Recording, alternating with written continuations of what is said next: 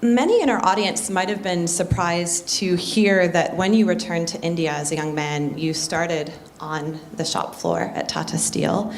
I wondered if you could share with us a few lessons that you learned at that time.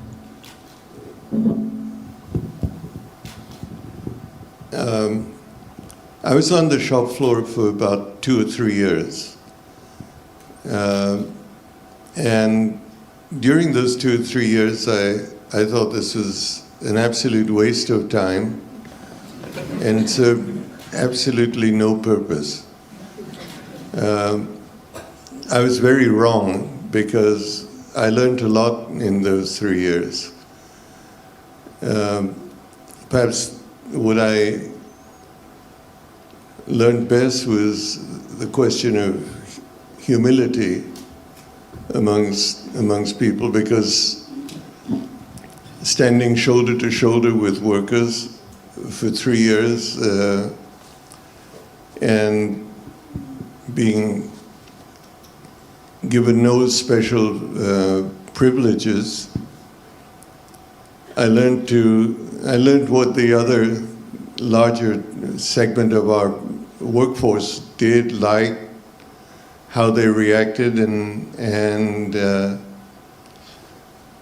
very emotionally, when I became chairman of Tata Steel in '91,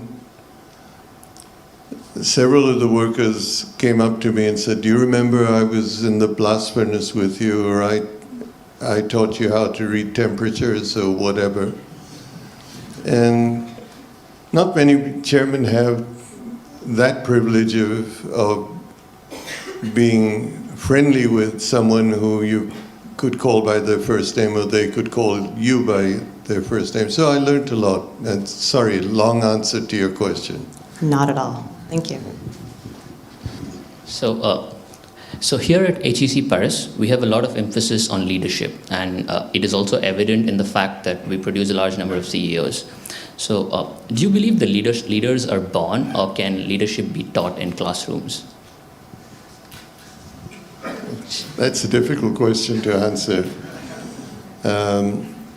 because I don't think there's a one answer to that. I think both things of what you said are true, that there's some people who are born leaders and some who shine as leaders because a circumstance or a predicament takes place, and someone who's shy and almost retiring suddenly begins to shine and takes on leadership positions. So I don't think there's a single answer to that. Thank you. You've said before, if I can just turn a little bit to decision making for a second, you've said before that I don't believe in taking right decisions. I take decisions, then I make them right. How did you come to build that philosophy? I'm sorry, I'm going to upset you, but Facebook or Twitter that made that statement, it was never made by me. That's not you. Well, that's awkward. And so it's been a default statement. You come to know of it when people read them back to you. Mm-hmm. And there's no remedial action that you can take with the social media. True. And so you live with it. Some people think it's arrogant for you to have stated that, and you don't have a chance to defend yourself by saying you never did. And some people think it's a great thing to say, and you quietly keep quiet. So maybe instead, then, what I could ask is generally speaking, maybe a very important decision that you had to make throughout your long and tenured career that you can share with us, and maybe more generally your decision-making philosophy then. And we'll have a new Twitter quote. I'll try not to make this as long an answer as the first time. Maybe two instances stand out in my mind as being instances that had a bearing on being right or wrong, as the case might be. The first that comes to mind is we developed, as you know, a small car called the Nano. We decided that we would establish the factory in Calcutta because industry had moved away from the eastern part of India, and we thought a revolutionary car could be in a place that brought employment back to eastern India. We unfortunately got embroiled in a political battle between the government of West Bengal and an aspiring leader, political leader, a lady, who vowed that she would not allow a single car to come out of this factory. And the war of words went on between her and me. The factory was almost 85% complete, and I had to take a decision that, given the fact that we had dead bodies thrown on the site, we had shootings, we had people beaten up, that I couldn't look at our employees in their eye and say that you'll work in this factory. So we decided, or I decided, that we would move. And we decided that in the dead of night, and we started moving a completed car plant over the next several days. I think with about 1,400 large tractor-trailer trucks, we moved the plant out and ended up in Gujarat, which is Mr. Modi's state. We lost a lot in that period of 1 year where we rebuilt that plant.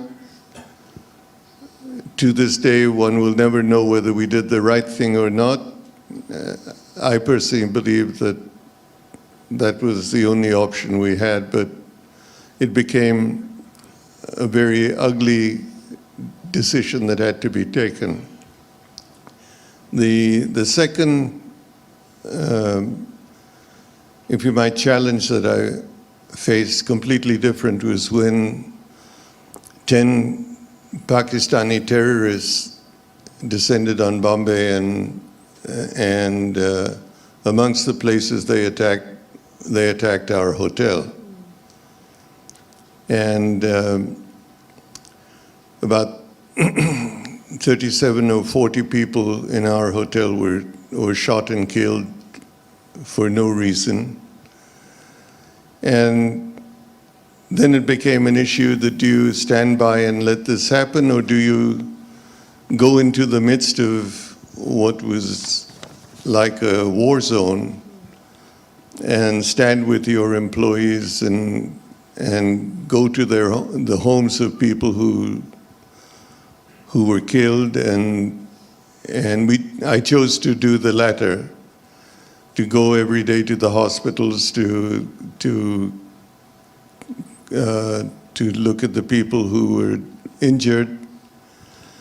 And there again, that leaves a lasting impression on you in terms of what happened, what could have been done to avoid it, and how could you deal with this? What was the best form of support you could give to your people? I think those two instances stand out as being challenging moments in one's career.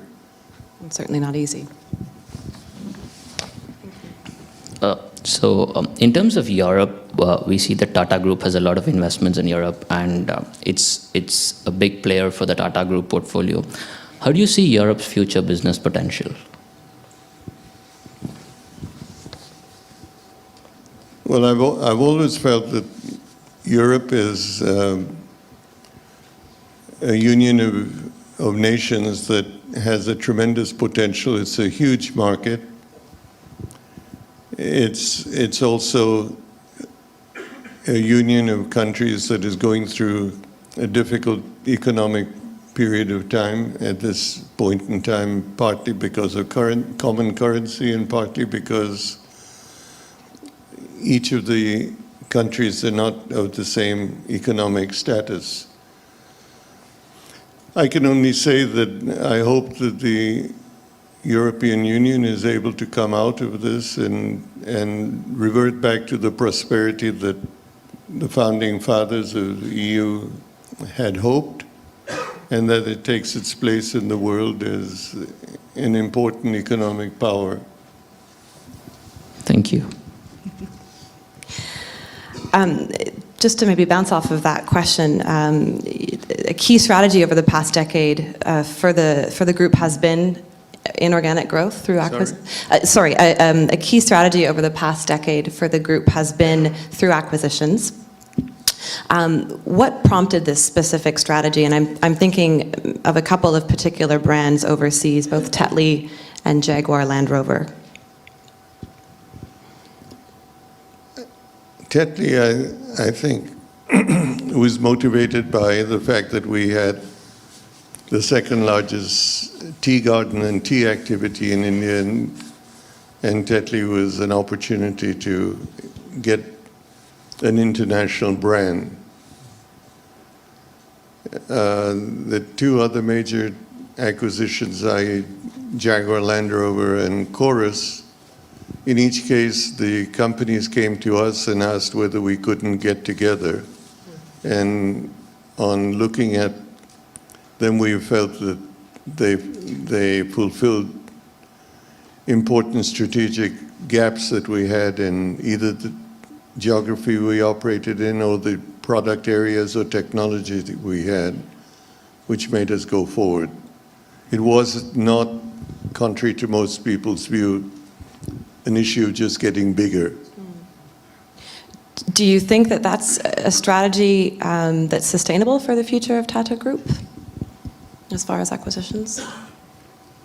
Well, I think there was a strategy in each of the acquisitions. It wasn't just a shopping spree, as some of the media has referred to it. And I think the only one that has gone through a great deal of difficulty has been Chorus, which has been as much an issue of the economic situation in Europe as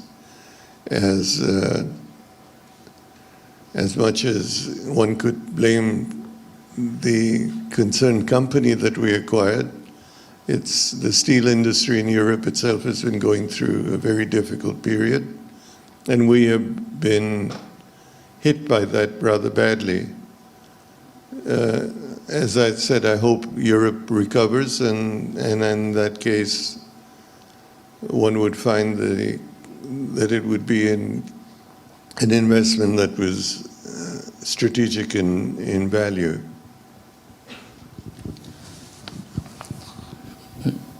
That segues actually very nicely into my next question. It's about Jaguar Land Rover and JLR being a household brand in the UK and a very common name in Great Britain. So when you acquired that, when Tata Group acquired, how do you deal with it in terms of culture, especially integrating that into your portfolio? First of all, there was a great deal of misunderstanding in the UK. There were and this permeated into the workforce also. There was a feeling that this was a ploy for an Indian company to buy Jaguar Land Rover, close down the plants in England, move the factories to India, and make Birmingham into a real estate project or a set of, I'm saying this not facetiously because it was said to me, of tandoori chicken restaurants in the Midlands. And I had to stand in front of the workers and assure them that A, Tatas were not in the restaurant business. We may have some hotels, but we didn't have a chain of restaurants, and that was not our intention. It was also not our intention to saddle JLR with cheap cars from India. And then what we said, which is what we tried to do, was to say our plan is to leave you alone, to support you, and work with you in returning these two brands to their original glory. What's gratifying is that the workforce in JLR did exactly that. They with pride, worked towards making the car company closer to what it was in the days of its heyday. And I think they've done admirably well, and the management of JLR, I think, are really the heroes of the day. Thank you. So certainly during your time, you saw a lot of change and ushered in a lot of change at the Tata Group. We know that it's a company steeped in history. It has certain ways of working. If you can take us back a little bit to that moment when you became chairman, how hard was it for you to create a culture of positive change?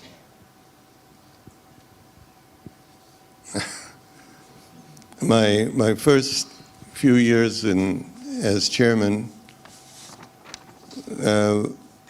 was committed and dedicated to changing the culture in the company. I inherited a board, for example, that must have have an average age of 85. We had a few directors who were participating. Several of them had to be helped into the boardroom because they could no longer walk freely. Some of them came and sat down and fell asleep. Others didn't hear too well. But when it came to making changes, they all woke up and ensured that no change took place. So the first 4 or 5 years were spent in trying to figure out how to graciously ease them out of the company. And finally, I'm pleased to say that most of them followed a trend of, if you made them an offer that was attractive enough, they agreed to move. And then 5 years later, one could sit down and try to create a new culture, a company a group that was more customer-oriented and attempted to be more nimble-footed than it had been in the past.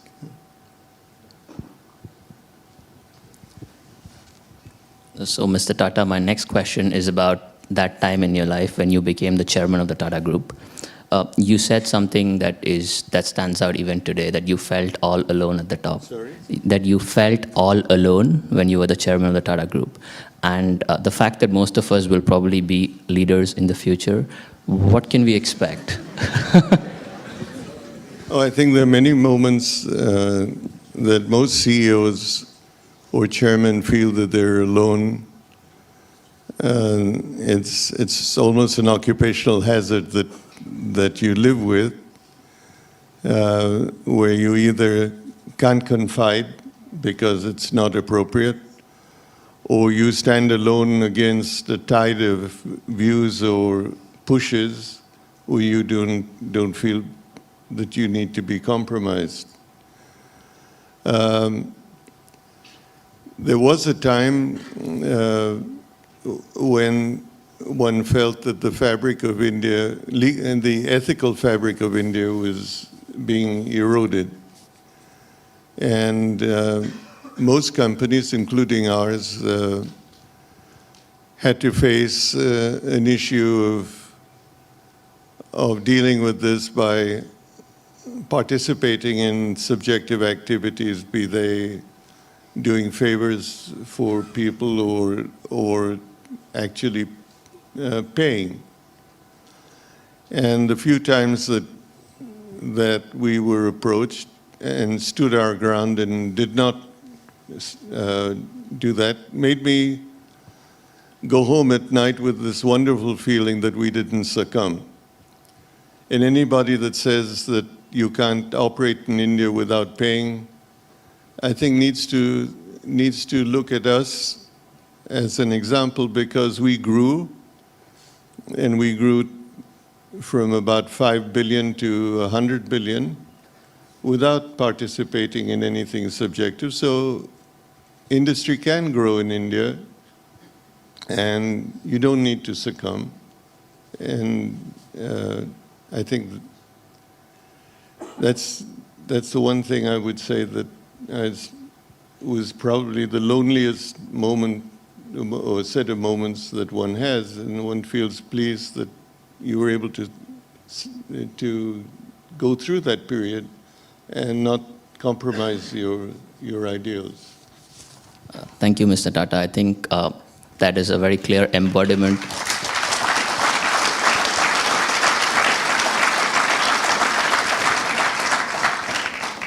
I think that's a very clear embodiment of the Tata way of doing business. Sorry? I think that's a very clear embodiment of the Tata way of doing business.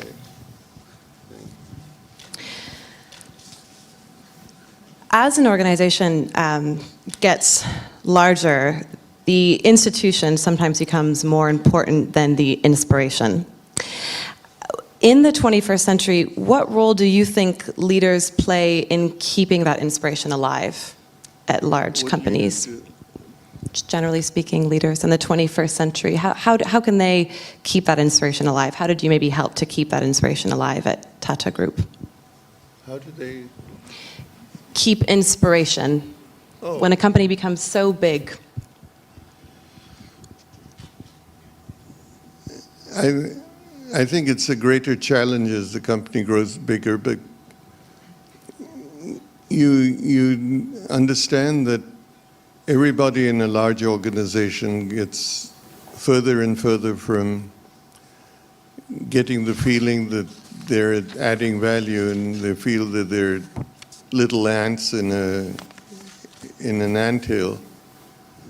So it becomes the job of the CEO to inspire the people and communicate with them and deal with them in a manner that they understand.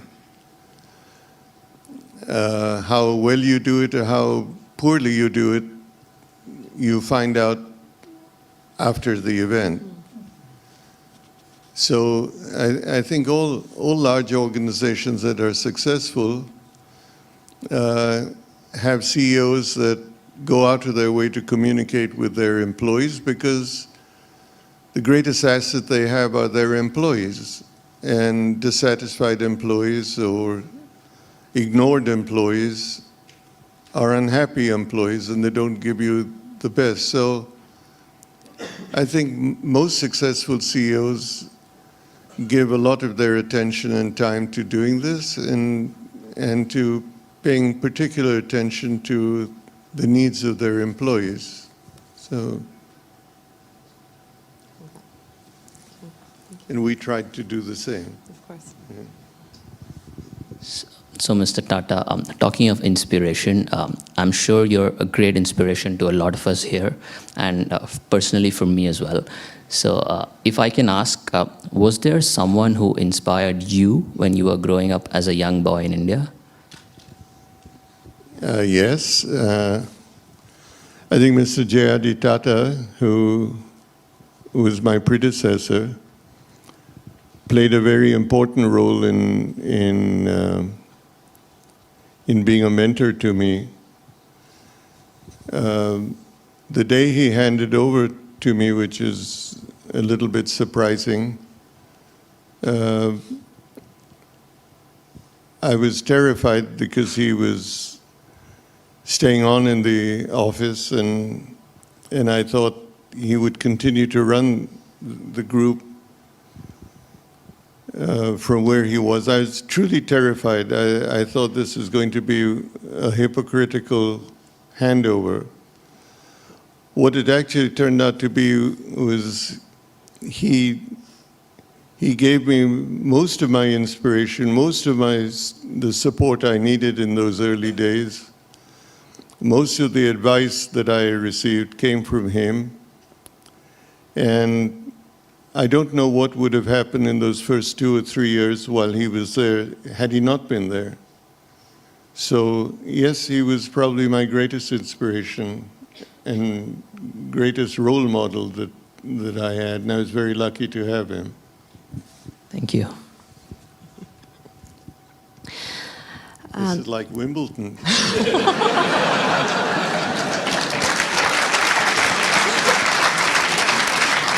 It does feel that way, a little bit. Thank you for playing along, by the way. Maybe I'd like to include then the audience in this back and forth a little bit more by talking about advice that you might give to young graduates. And I'm thinking specifically on balancing humility with the desire to be proud and bold.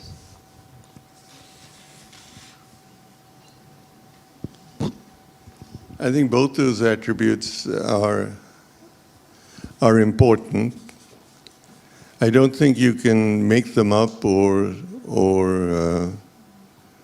act that without having those feelings within you, those emotions within you. And I don't think you can teach that or you can force that to happen. I think it depends on each person. Many of the people in this room who are students today would find themselves in leadership positions in the near future, and they have to define their own styles in as natural a way as they can. But they need humility, because without that, it's very difficult to, in today's world, to be a good autocratic or dictatorial leader. It's much more expected that you would be a humble, communicative leader to lead your organization and your employees in a particular way. So all I can say is that this is to be an attribute that comes from within the people that are going to go out into industry, and I hope the education that they receive here will give them both humility and a sense of innovativeness and some balance of both things.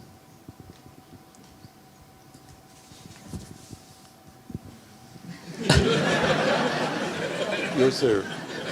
Your serve. My serve. So, in the last 20 years, you've seen India grow a lot, and there's been constant growth in the last 20 years when you were chairman of the Tata Group. How confident are you about the prospects of India in the business potential today and in the future? How Confident, and how do you see India's future in terms of business? economically or politically? Economically. Well, let me just say that I've always been very upbeat about the prospects and potential of India. We're a country of over 1 billion people, getting to be larger in terms of the consuming segment. Roughly 250 to 300 million people who are consumers, about the size of the United States. And the segment that's becoming prosperous is growing every year from below.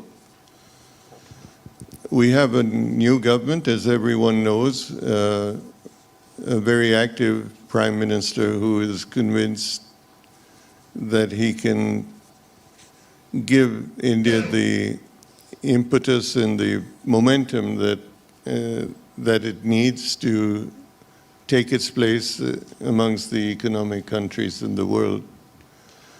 And I think he has been energetically going about repairing the relations with India's neighbors. He has been giving hope and aspirations to millions of Indians. And we're all very hopeful that this is going to work out to be a new India which is emerging.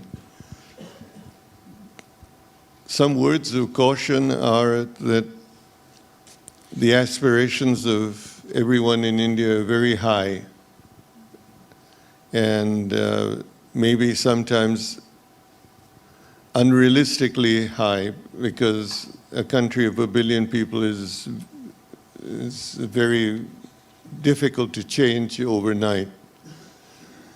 And there could be levels of disillusionment amongst the people, which I think those of us who could be opinion makers should urge the people of India to stand with the new government and help make India the country that it could be. But it very realistically may fall short of them, despite everybody's best endeavors, because of its size, and because of its traditions, and because of its greatest enemy, which is vested interests that seem to govern in India at any one time. So just to follow up on that, what do you think is the role of the government in keeping growth constant and keeping it going? Sorry? What is the role of the government in encouraging or creating a positive business climate in India? Well, I think if I could quote Mr. Modi, he has talked about more governance and less government. We have been overgoverned and overruled and overmanaged politically. And I think it would be a wonderful thing in India if we were to open up India even more than it was and let free market forces apply and let government simplify its governmental role, and the role of government be more supportive than regulatory, which I think Mr. Modi is committed to do. Thank you. I'll turn it over then just to... Sorry to make you... Not at all, not at all. You're now retired, and yet, as we mentioned in our intro, you're still very active, both in India and abroad. Can you share with us how you plan to fill that luxury of time in the coming years that you have? That much time to... How do you plan to fill your time in the coming years? If you can share a little bit with us.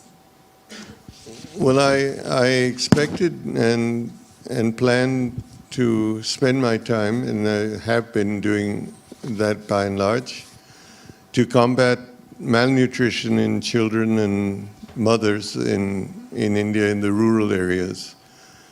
We lose a disproportionately high number of infants due to malnutrition, and they have physical and mental deformities due to malnutrition. And the view I had was that this was an area that one could make a difference. It's proven to be a much bigger issue. It involves areas that I had not expected, namely sanitation and health and such, which holistically have to be examined and dealt with. So one of the main areas of my time is being spent in trying to address this and bring technology to play. I'm working with other philanthropic institutions like the Gates Foundation and some of the UN agencies to make this happen. And there are a lot of other little things that that one is doing, but I'm certainly not idle, and I'm very pleased that I'm still busy. Of course. Thank you.